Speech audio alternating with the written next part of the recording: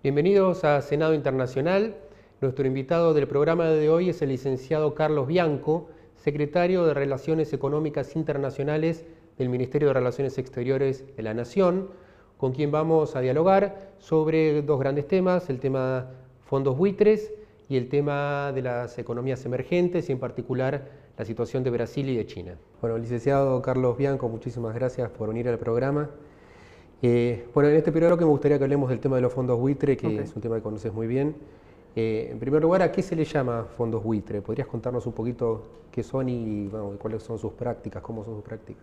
Sí, a ver, por suerte hoy en día ya es bastante conocido el accionar de los fondos buitre, pero nunca está de más volver a explicar de qué se tratan estos fondos tremendamente especulativos que han azotado no solo a la Argentina, sino a una cantidad importante de países del mundo. En primer lugar, se los llama fondos buitre porque tienen un accionar parecido a lo que hacen los buitres cuando hay una presa medio moribunda, que se le abalanzan y la terminan intentando terminar de matarla para poder comer la carroña. Bueno, eso es justamente lo que hacen los fondos buitres. Lo que hacen los fondos buitres es buscar algún país que esté o en default o que esté por defaultear su deuda, es decir, dejar de pagar su deuda por algún inconveniente económico que haya tenido o político o lo que sea.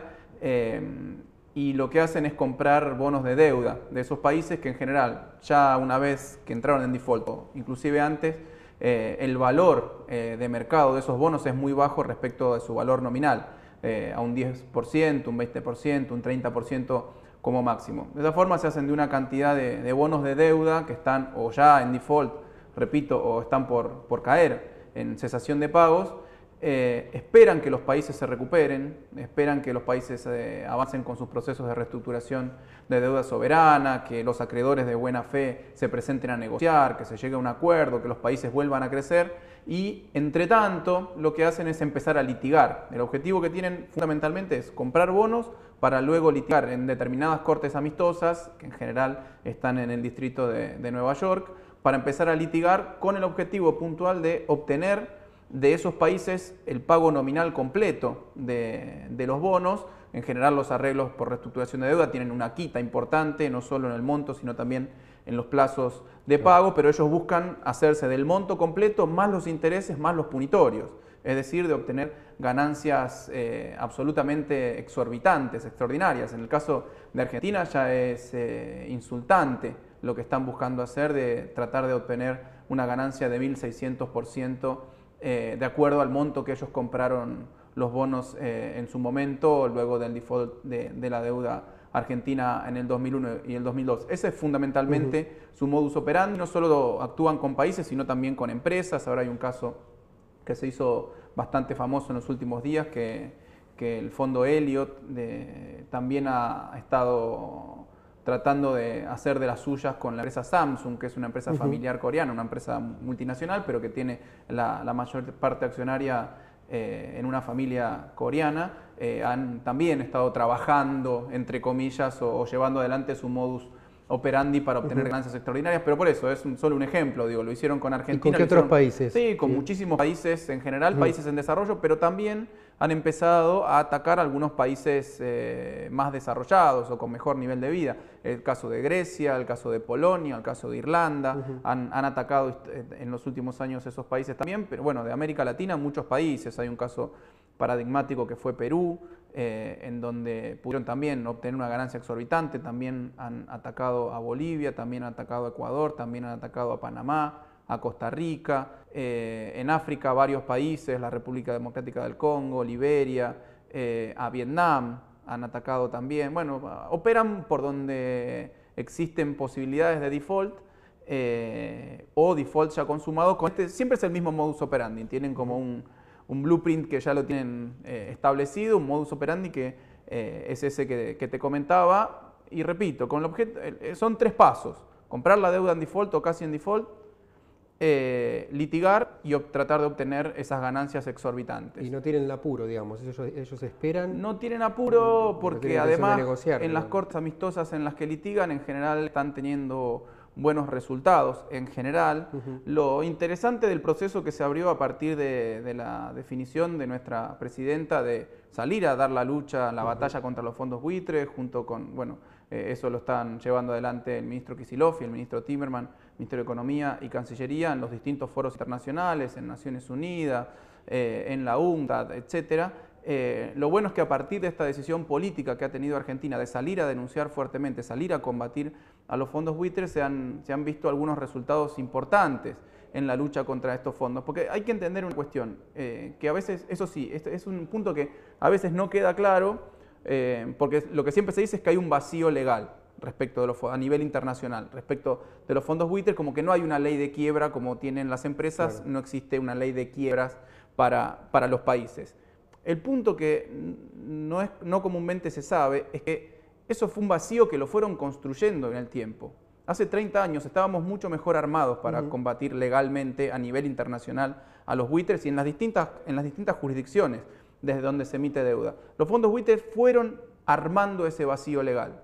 En primer lugar, lograron también, infringiendo la ley, obteniendo algunas sentencias amistosas por parte de algunas cortes amistosas, definir que hasta los años 80, principios de los años 90, las deudas soberanas no eran tratadas como deudas comerciales. Ellos pudieron romper esa doctrina, en primer lugar.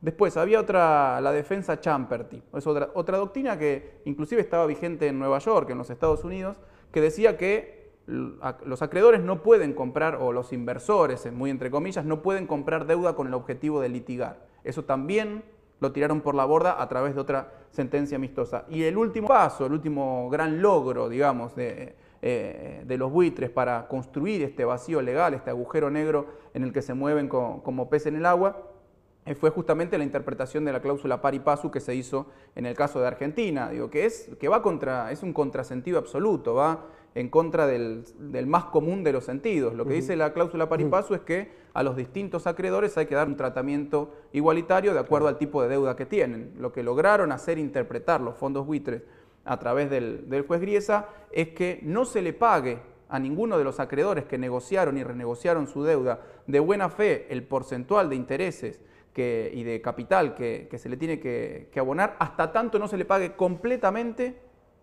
a los fondos buitres lo que reclaman. O sea, es un contrasentido de un pari passu, que es ir al mismo ritmo, ir paso a paso. Entonces, digo, este es un punto importante. Ellos han ido creando ese agujero negro en donde moverse, y lo que te decía, a partir de la definición política de nuestra presidenta y la actividad que hemos tenido en los distintos foros internacionales, se ha empezado a acercar el accionar de los fondos buitres, se ha empezado a encapsular el accionar de los fondos buitres. Falta mucho, porque han hecho un agujero importante en la legislación internacional y en las cortes, en las jurisdicciones desde donde se emite deuda. Pero bueno, te doy 3 ejemplos puntuales. De uno probablemente vamos a hablar más en extenso, porque es en lo que estamos trabajando directamente con el Ministerio de Economía y en Cancillería, pero arranco por los otros 2. El FMI ha reconocido que este es un problema y que hoy en día no hay ninguna solución completa para el problema, para los ataques de los fondos buitres, pero de todas formas se ha movido en consecuencia, y lo que recomienda el Fondo Monetario junto con la Asociación de los Mercados de Capitales Internacionales, que es una asociación privada de agentes privados, es mejorar las cláusulas de los bonos de deuda que se emitan a partir de ahora, ¿sí? Hacer una interpretación correcta en el mismo texto de los bonos, de la cláusula pari passu, y establecer cláusulas de acción colectiva. Que lo que dicen las cláusulas de acción colectiva es básicamente que se deben respetar determinadas mayorías en los procesos de reestructuración de deuda. Eso es un punto importante, es un avance muy importante. El problema es que es un avance todavía insuficiente, ¿sí? Es un avance que Argentina está de acuerdo, que hemos expresado nuestro beneplácito, pero que es insuficiente. ¿Por qué? Por ejemplo, porque eso es una recomendación que se hace ahora y que ya hay 10 o 11 países que han emitido deuda con estas nuevas cláusulas de acción colectiva y con la interpretación más clara de la cláusula pari passu. Pero es deuda que recién se emite. En el mundo hay muchísima deuda emitida en los últimos años que no tiene esas cláusulas, y por lo tanto, si algún país llega a entrar en default con ese tipo de bonos, los fondos buitres van a poder atacar nuevamente ahí. No se aplica. Entonces, por distintas razones, pero creo que esta es la fundamental, no se aplica al stock existente de deuda, solamente se aplica a los flujos actuales y futuros de deuda de aquellos países que incorporen además las cláusulas. Eso por un lado. Por otro, también ha habido un resultado muy interesante hace, creo que 1 mes y medio, 2 meses, que además fue aprobado por unanimidad por el Parlamento belga, que es una ley antibuitre, que justamente limita muy fuertemente y le quita absolutamente todo incentivo al accionar de los fondos buitres, porque lo que sostiene la cláusula más importante de esa ley antibuitre es que no se puede litigar, un fondo buitre que compre deuda en default no puede litigar en la Corte de Bélgica, en este caso puntualmente, por un monto mayor al que compró los bonos. Es decir, quita todo incentivo a que litigue un fondo buitre. Si lo compró al 10% de valor nominal, lo único que puede hacer es pedirle al deudor que pague por ese monto. Pero los fondos buitres no hacen eso para recuperar lo que, entre comillas, invirtieron en un bono en default o cerca del default. O sea que le quita todo incentivo a los fondos buitres para que vayan a ejercer sus tropelías, en el caso particular, en la jurisdicción de Bélgica, que es una jurisdicción media en términos de emisión de deuda. No es una jurisdicción desde donde se emite deuda. Las principales son Estados Unidos y, bueno, Nueva York y Londres.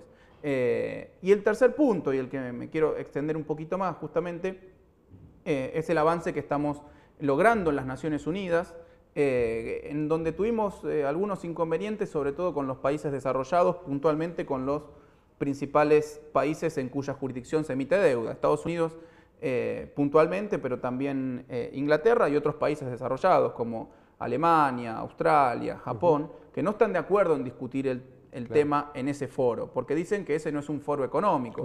Pero desde la Carta de las Naciones Unidas en adelante queda claro que también son foros para discutir los asuntos económicos, los asuntos financieros, los asuntos inclusive comerciales. Las Naciones Unidas hace más de 30 años que además se dedican al tema deuda vinculada con los derechos humanos, así que nosotros lo creemos un foro político, y como este es un problema político, es un foro justamente apropiado. Además hay... Ya pasó un año además la resolución que da inicio... Sí, todavía no un año, está por pasar un año. Pero bueno, ahí te quería comentar, ha sido un año muy fructífero en materia de los avances que se dieron en las Naciones Unidas. La resolución da un mandato para la creación de un marco legal multilateral para la reestructuración de deudas soberanas. En diciembre se aprobaron las modalidades de negociación. En febrero hubo una primera sesión de trabajo donde todos los países estuvieron invitados a participar, los organismos internacionales. Esto te decía, lamentablemente algunos países no se quisieron sentar a discutir el problema, puntualmente los países que te nombraba anteriormente, los países desarrollados, porque dicen que ese no es el foro, que esto se debería discutir en el Fondo Monetario Internacional. Nosotros estamos de acuerdo, lo hemos querido discutir en el Fondo Monetario Internacional, la creación de un marco legal para la reestructuración de deuda soberana. Lo que pasa que luego ahí no dan el quórum, no dan los votos, etc. Entonces te dicen discutirlo allá, pero después lo bloquean. Entonces no queda otra, y además creemos que es apropiado discutirlo en las Naciones Unidas. Bueno, como te comentaba, ahí hubieron una primera sesión de trabajo en Nueva York, en donde estuvieron invitados todos los países en febrero, una segunda en abril y una última ahora en junio pasado, en julio pasado. En julio pasado, donde estuvimos participando, exponiendo los intereses de Argentina, y junto con los países del grupo de los 77 más China, que es un conjunto de 134 países en desarrollo, hemos llegado a un consenso, hemos presentado un primer resultado que será prontamente evaluado en la Asamblea General, porque tiene que ser puesto a votación el 10 de septiembre, que son una serie de principios básicos, son 9 principios básicos que ya existen en el derecho internacional, que ya existen como normas consuetudinarias de actuación en materia de reestructuración de deudas soberanas, pero lo importante y lo fundamental que tiene este proceso es que se va a compilar toda esa serie de principios y se los van a poner en una resolución que va a ser puesta a consideración de todo el Pleno de los países en el marco de la Asamblea General de las Naciones Unidas, para que se emitan cada uno sus votos para ver si está de acuerdo o no en que esos principios rijan universalmente en materia de reestructuración de deudas soberanas. ¿Sí? Va a ser un mandato de las Naciones Unidas de que los países deben respetar, y obviamente sus jurisdicciones y sus jueces, de que los países tienen que respetar esos principios básicos cuando se trata de un problema de reestructuración. Ante cualquier proceso de reestructuración de deuda soberana, los tendrán que respetar. Los tienen que respetar, y si no estarán faltando al derecho internacional. Ese es el punto. Estos son principios justamente básicos y son un primer paso, un primer avance en un proceso más largo que se va a seguir manteniendo en las Naciones Unidas, de discutir justamente la creación de un marco que haga operativo ya, no solamente que los ponga a disposición de los países estos principios. Son principios generales, como te decía, que las negociaciones tienen que ser de manera imparcial, de manera transparente, que se tienen que respetar las mayorías en los procesos de reestructuración de deuda, que se tiene que respetar la inmunidad soberana, que los estados tienen derecho a reestructurar su deuda. Digo, son 9 principios que bien, como que encapsulan muy bien el problema que tuvo Argentina y que tuvieron otros países en el pasado y que tendrán otros países en el futuro. Si me permitís, hacemos un corte y después del corte me explicás un poquito mejor, que es un tema que da para hablar un ratito más. Enseguida volvemos. Gracias.